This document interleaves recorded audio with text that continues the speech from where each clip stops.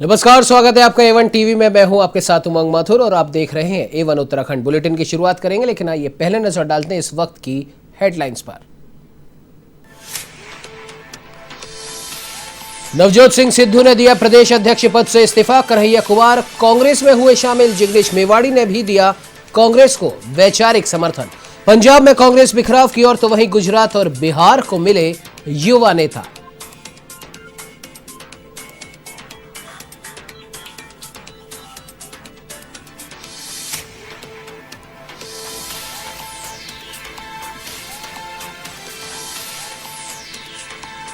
मुख्यमंत्री पुष्कर सिंह धामी RULM के कार्यक्रम में हुए शामिल। 1451 समूहों को सौंपे 1,87,000 रुपए के चेक।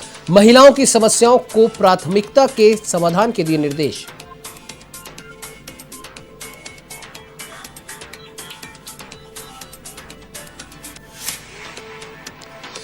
राजधानी देहरादून में आम आदमी पार्टी कार्यकर्ताओं ने थामा बीजेपी का दामन। प्रदेश अध्यक्ष मदन कौशिक की मौजूदगी में आम आदमी पार्टी के 75 कार्यकर्ता बीजेपी में हुए शामिल। सभी ने जताया पीएम मोदी पर भरोसा।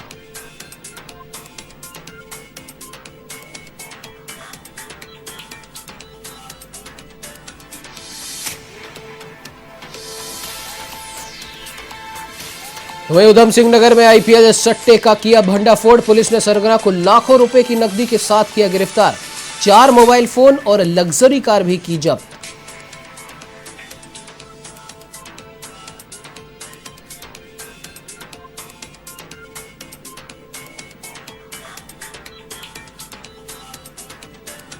वहीं सुल्तानपुर में अज्ञात चोरों ने हथियारों के दम पर की लूट। परिवार के सदस्यों को बंधक बनाकर लूटे सोने चांदी के आभूषण और हजारों की नकदी। पुलिस जुटी आरोपियों की तलाश में।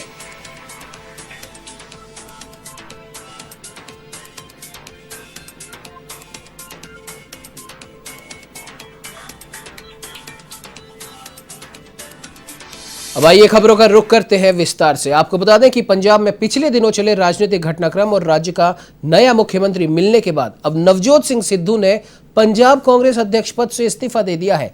सिद्धू ने मंगलवार को सोनिया गांधी को पत्र लिखकर पंजाब प्रदेश कांग्रेस अध्यक्ष के पद से इस्तीफा दिया। हालांकि सिद्धू ने यह स्पष्ट लिखा है कि वो कांग्रेस में ही बने रहेंगे।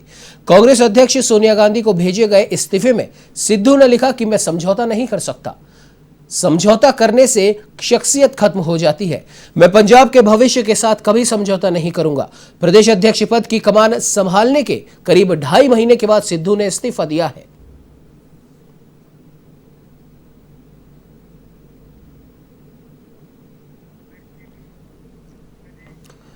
तो वही आपको बता दें कि 2 युवा नेता और भाजपा पर लगातार तीखे हमले करने वाले कन्हैया कुमार और जिग्नेश मेवाड़ी अब कांग्रेस का चेहरा बन गए हैं।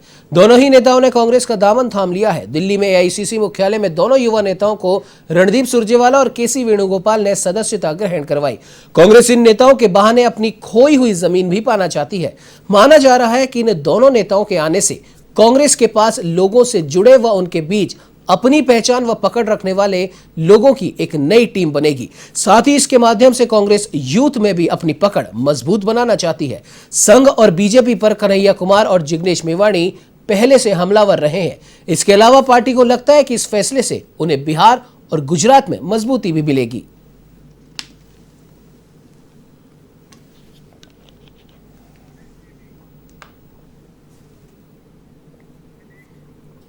तो वहीं प्रधानमंत्री नरेंद्र मोदी ने देश के किसानों को नई सौगात दी है। वीडियो कॉन्फ्रेंसिंग के जरिए फसलों की 35 विशेष किस्म देश के किसानों को समर्पित की।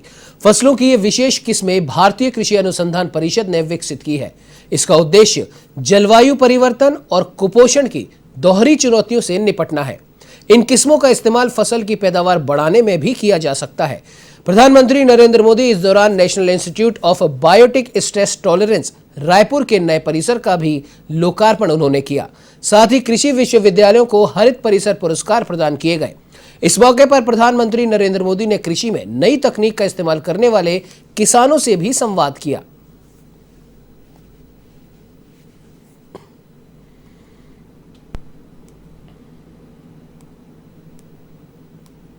इनमें से कुछ वैरायटी कम पानी वाले क्षेत्रों के लिए है, कुछ क्रॉप आने वाली है कुछ खारे पानी में भी हो सकती है। यानी देश की अलग अलग परिस्थितियों को ध्यान में रखते हुए इन्हें तैयार किया गया है।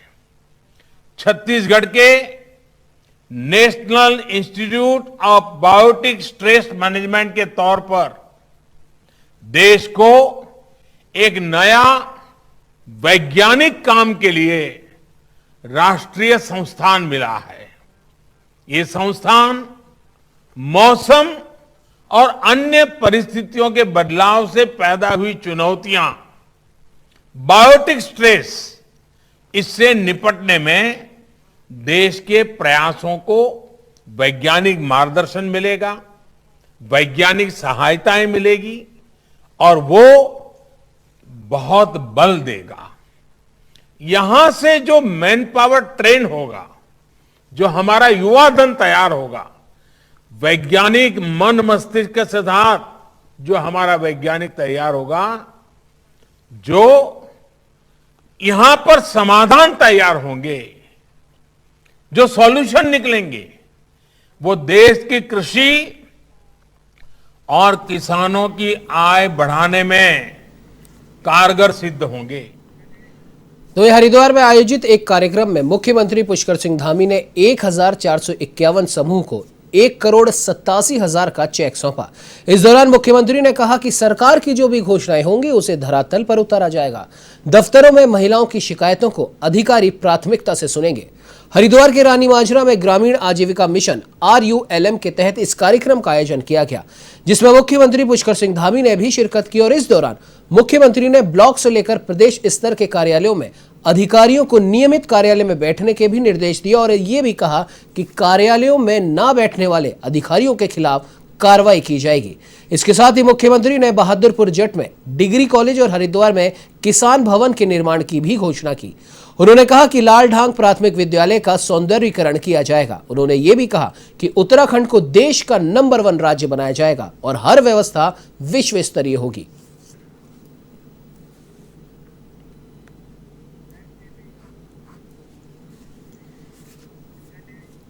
तो वहीं आगामी विधानसभा चुनाव 2022 को लेकर सभी राजनीतिक दल उत्तराखंड में अपनी अपनी सरकार बनाने का दावा कर रहे हैं। प्रदेश में सत्ताधारी दल बीजेपी ने इस बार 60 से भी अधिक सीटें जीतने का प्लान तैयार किया है और इसके लिए सभी बड़ी नेताओं के उत्तराखंड में कार्यक्रम तय किए जा रहे हैं। तो वहीं राज्य मंत्री रेखा आर्य ने कहा कि प्रदेश में प्रचंड बहुमत के साथ बीजेपी की एक बार फिर से सरकार बनने जा रही है।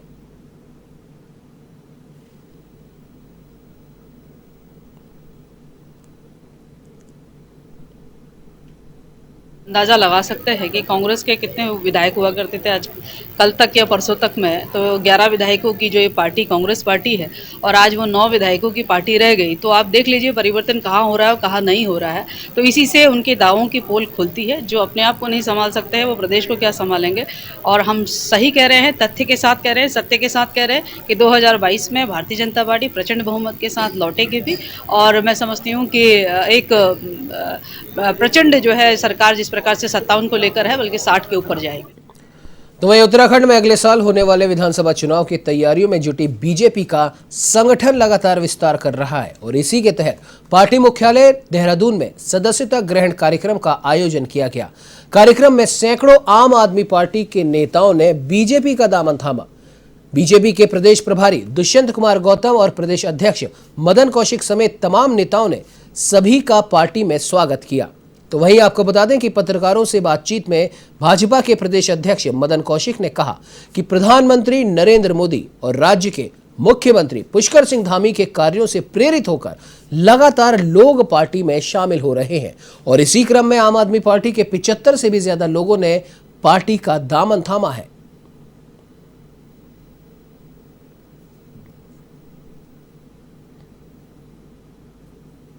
शासकीय कार्य मुख्यमंत्री और प्रधानमंत्री के तौर पर है। उसने जनता में एक विश्वास बनाया है। देश और राष्ट्र के प्रति जो उन्होंने सजगता से काम किया है, तो एक देश में एक होड़ सी लग गई है कि अब जनता देश की उन्नति के लिए जाना चाहती है, देश के विकास के लिए जाना चाहती है।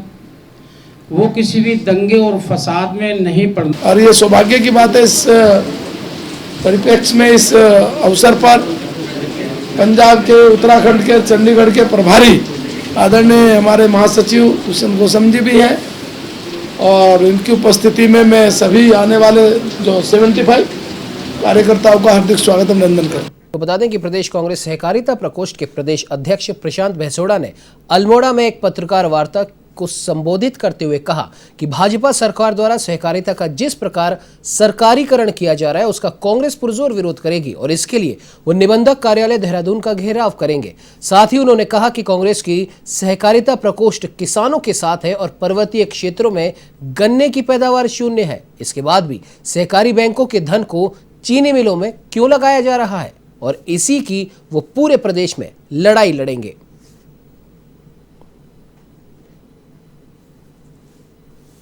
अल्मोड़ा जनपद के अंदर, पिथौरागढ़ जनपद के अंदर, उत्तरकाशी और पौड़ी जनपद के अंदर एक भी गन्ने का पैदावार हमारा किसान नहीं है। फिर उसके बाद भी पहाड़ के अंदर के जो कोऑपरेटिव बैंक का जो पैसा है वो चीनी मिलों के अंदर क्यों दिया जा रहा है? वो आपने 100 करोड़ से बढ़ा करके 150 करोड़ रुपया प्रदेश के चीनी मिलों के अंदर लगा दिया है। ये असमान है, ये व्यवहारिक नहीं है, ये ठीक नहीं है, हम इसका विरोध करेंगे। तो वही स्मार्ट सिटी के नाम पर राजधानी देहरादून को विकसित करने का दावा अब खुद विकास भवन के सामने सड़कों पर बहता नजर आया। जी हां, मुख्यमंत्री पुष्कर सिंह धामी के कार्यक्रम से चंद कदम की दूरी पर सड़क पर बहते गंदे पानी को देखकर स्थानीय राजपुर रोड विधायक खजान दास इस कदर नाराज हुए कि डीएम देहरादून और सीडीओ देहरादून को मौके पर ले जाकर जमकर लताड़ लगाई। साथ ही एक हफ्ते के भीतर सड़क को दुरुस्त नहीं किया गया तो फिर किसी भी हद तक जाने की बात कह डाली। तो वहीं आपको बता दें कि स्थानीय लोगों का भी आरोप है कि लगातार शिकायत करने के बाद भी जिम्मेदार विभाग सुध नहीं लेता। लीवर की प्रॉब्लम गैर जिम्मेदार रवैया दिखाया है। देखिए, इस संबंध में मुझे इतना कहना है कि ऑलरेडी मेरे स्ट्रिक्ट इंस्ट्रक्शन जा रहे हैं सभी कार्यालय संस्थाओं को, सभी कॉन्ट्रैक्टर्स को कि कोऑर्डिनेशन के साथ काम करें। जो बिल्कुल कोऑर्डिनेशन के साथ काम नहीं करेगा और कहीं पे भी पब्लिक हेल्थ हजार्ड होगा स्मार्ट सिटी के काम की वजह से कार्रवाई होगी। ऑलरेडी पहले भी हुई है, मजिस्ट्रियल जांच भी गठित हुई है, कार्रवाई भी हुई है और अगर कोताही बरती जाएगी, लापरवाही होगी तो कार्रवाई का सिलसिला जारी रहेगा। उद्योग व्यापार का जो लगा हुआ है, यहाँ पे शिविर लगा हुआ है, उसको देखते हुए हम लोग आए थे। किंतु जब यहाँ पे आए तो यहाँ देखा तो पूरा शिविर बह रहा है और ये आज से नहीं, 7-8 महीने से इसी तरह की शिकायतें आ रही है। 1 बजे दिन के बाद और शाम 5-6 बजे तक इसी तरह की रोज की हालात है। इसके शिविर बहता है विकास भवन के सामने, इस तरह से चले जा रहा है और फिर आगे स्टेट बैंक के सामने तक ये पूरा शिविर बह रहा है। इसके लिए संबंधित अधिकारियों को समय समय पे दिशा निर्देश दिए गए थे कि आप इसको ठीक करिएगा, क्योंकि 140 मीटर का एक टुकड़ा है। तो वही बाजपुर के तहसील सभागार में उप जिलाधिकारी राकेश चंद्र तिवारी ने 1 अक्टूबर से धान की खरीद को शुरू कराने के लिए किसानों, राइस मिल मालिकों और विभागीय अधिकारियों की बैठक ली। इस दौरान उप जिलाधिकारी ने भी किसानों की समस्याओं को ध्यान से सुना और अधिकारियों से जल्द ही इन समस्याओं का समाधान करने और धान खरीद की तैयारी पूरी करने के निर्देश दिए। आपको बता दें कि प्रदेश सरकार ने 1 अक्टूबर से सरकारी क्रय केंद्रों पर धान की फसल खरीदने के आदेश जारी किए, जिसके चलते बाजपुर तहसील सभागार में उप जिलाधिकारी राकेश चंद्र तिवारी ने एक बैठक का आयोजन किया।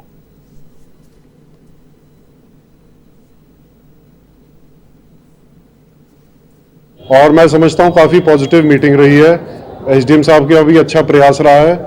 किसानों की मूल रूप से एक ही डिमांड थी भी 1 अक्टूबर से सरकारी कांटे सुचारू रूप से चलें, और राइस मिलर की जो समस्या थी वो भी उनकी जेन्युइन समस्या है। राइस मिलर भी कहीं ना कहीं परेशान है, उनकी भुगतान नहीं हुआ, तो राइस मिलर्स ने भी एसडीएम साहब के सामने अनुरोध किया है कि उनका भी भुगतान जल्द से जल्द हो। हमारा सबसे बड़ी ये है कि पिछले 3 साल का भुगतान अभी हमारा सरकार की तरफ से नहीं किया गया है।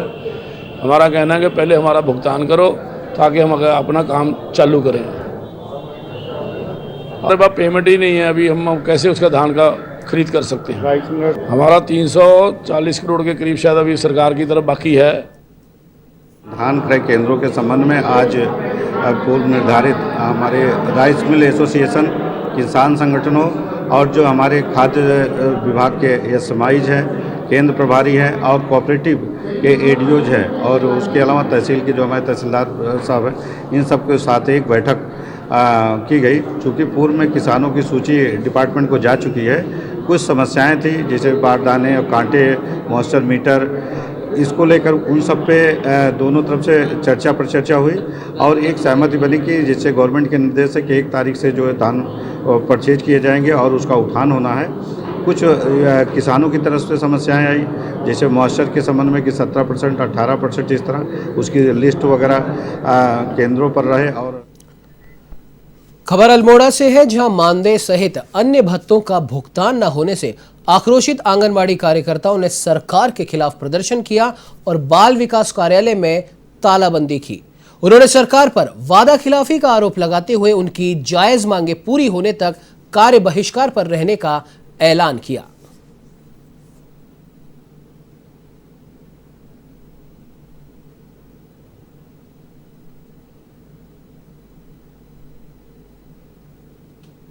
हमें आश्वासन दिया कि कैबिनेट में आपकी मांगे रखी जाएंगी और आपका वेतन में बढ़ोतरी की जाएगी, लेकिन कैबिनेट की बैठक में हमारे लिए कोई भी निर्णय नहीं किया गया।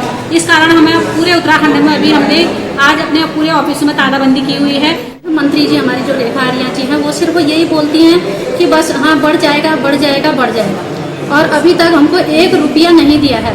बढ़ने को तो रक्षाबंधन का भी 1000 जो मुख्यमंत्री सर ने बोला था वो अभी तक नहीं आया है। कोविड का इतने हमारी लड़कियों ने इतना काम किया कोविड में, वो पैसा नहीं आया है। 5 महीने तक उन्होंने बोला था कि 2-2 हज़ार रुपया आपको दिया जाएगा। तो वहीं उधम सिंह नगर पुलिस को आईपीएल सट्टे का भंडाफोड़ करने में कामयाबी हासिल हुई है। आपको बता दें कि सट्टा लगवा रहे एक आरोपी को कोतवाली पुलिस ने 9 लाख नगद व 4 मोबाइल व एक लग्जरी कार के साथ गिरफ्तार किया। आरोपी के पास एक डायरी भी मिली है जिसमें उसके द्वारा मैच का विवरण लिखा गया था।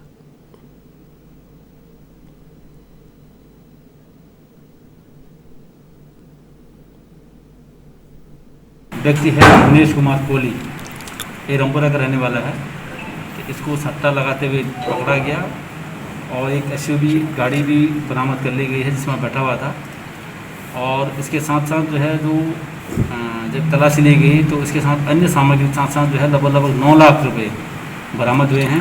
500 के नोट हैं, कुल 1800 नोट इसमें बरामद हुए हैं। इसमें 3 लोग जो इसका जो मुख्य सरगना है। इस बुलेटिन में फिलहाल इतना ही। देश दुनिया की तमाम खबरों की जानकारी के लिए आप बने रहिए हमारे साथ और देखते रहिए A1 TV। नमस्कार।